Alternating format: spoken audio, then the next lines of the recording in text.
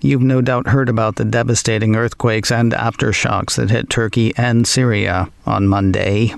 A piece from The Guardian Monday evening said the death toll at that point was over 4,300, though the UN says that number could rise to more than 20,000. Apple CEO Tim Cook took to Twitter to comment on the tragedy and Apple's plans for support. In the Twitter post, Cook said, "Sending our thoughts and condolences to the people of Turkey, Syria, and anyone affected by the devastating earthquakes. Apple will be donating to relief and recovery efforts."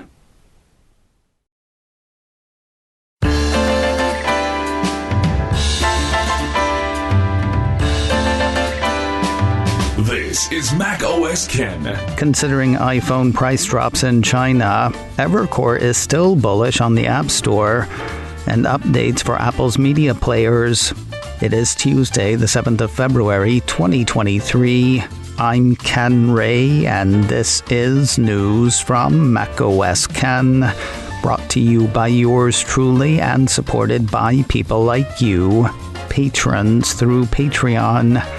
Find out more and add your support at patreon.com/MacOSCan.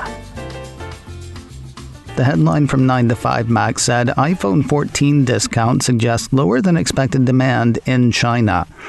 The headline from Mac Rumors said Apple cuts iPhone 14 Pro prices in China by up to $118 in rare sales push. The headline from the South China Morning Post said Apple cuts iPhone 14 prices in China by up to $125 US, making rare sales push following quarterly revenue drop. I spent a good bit of Monday angry about all three of those headlines, though you can talk me down off misgivings around the 9 to 5 Mac headline. I'd feel better if it had said iPhone 14 discounts may suggest lower than expected demand in China, because suggest in this case is subjective. Such discounts may suggest lower than expected demand. They may also suggest other things which we'll get to. First, mad props to Reuters for its headline on the same story. The Reuters headline says, retailers offering discounts on high-end iPhones in China.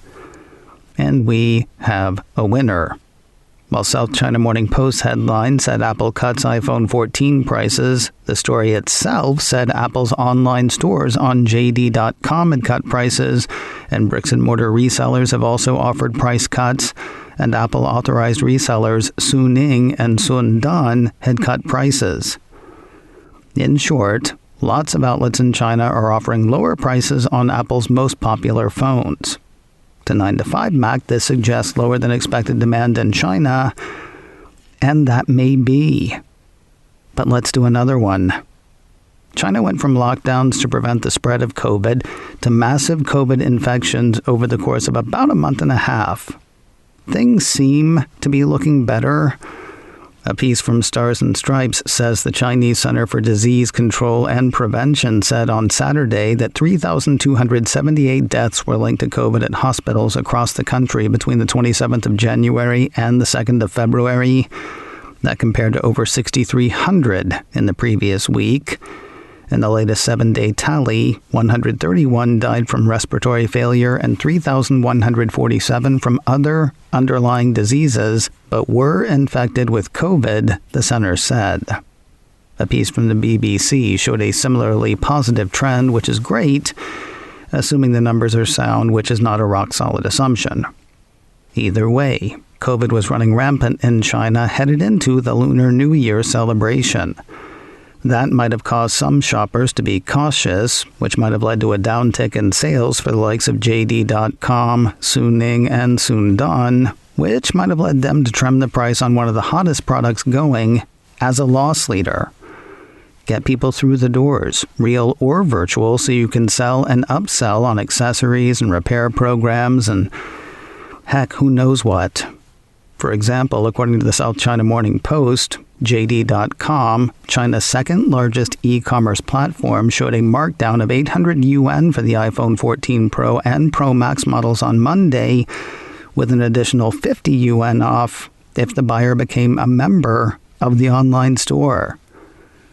In other words, authorized resellers may be taking a bit of a bath on iPhone 14 Pro to get cautious shoppers to go ahead and shop in the hopes of getting those shoppers to spend money on other products and services on which those resellers make their real money. Anyway, that is one thing that the price cuts might suggest, especially since, despite what the headlines from Mac Rumors and South China Morning Post say, Apple did not cut the price for iPhone 14. At least it didn't for the channels over which it has total control. As South China Morning Post itself points out, the prices on Apple's official website and offline stores in China remained unchanged as of noon on Monday. Things are looking up a bit for the App Store. That is the take from Evercore analyst Amit Daryanani. Apple 3.0 ran part of a note he wrote.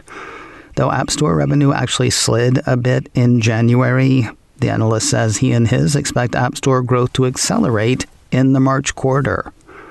According to the analyst, China continued to improve, with growth improving to plus 3% versus flat last month.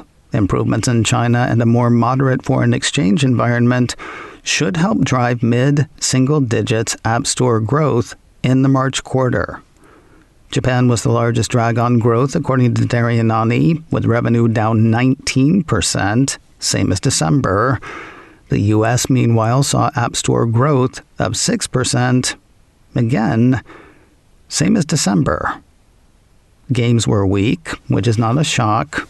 Not only did Apple CFO Luca Maestri say on last week's earnings call that those were weak last quarter, he said they would continue to be this quarter as well. Daryanani says the entertainment category is picking up a lot of the slack with 22% growth. Pointing out that the performance of Apple's services segment was one of the most positives on last week's call, Daryanani and crew are calling for mid-single digits services growth in the March quarter. Bottom line, he and his say the App Store is getting back on track and that they remain confident in a strong 2023 for Apple's services segment. Daryanani has an outperform rating on Apple shares. His price target on the shares is $190. Smallish software updates for two of Apple's smallest devices. The piece from Cult of Mac says Apple has released tvOS 16.3.1 and version 16.3.1 of the HomePod software. Neither does anything worth writing about as far as Apple's concerned. The release notes for both say they include general performance and stability improvements. And finally today, more Apple TV on more TVs. BGR says LG Electronics has slipped apps for Apple TV and Apple Music, as well as support for AirPlay and HomeKit, into the webOS hub in over 100 countries and regions. Today on the Mac Observer's Daily Observations podcast, headlines from A to Z said Apple cut the price of iPhone in China.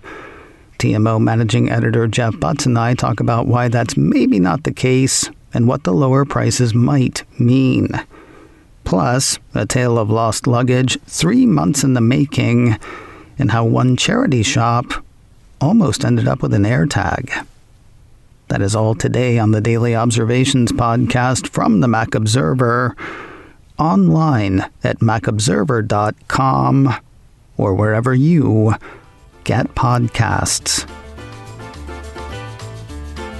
macOS Ken, brought to you by me and supported by people like you, patrons through Patreon. Find out more and add your support at patreon.com/macOSKen. Advertising handled by Backbeat Media, online at backbeatmedia.com.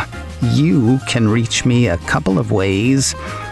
Info at macosken.com or call 716-780-4080. Until next time, that is news from macOS Ken. I'm Ken Ray.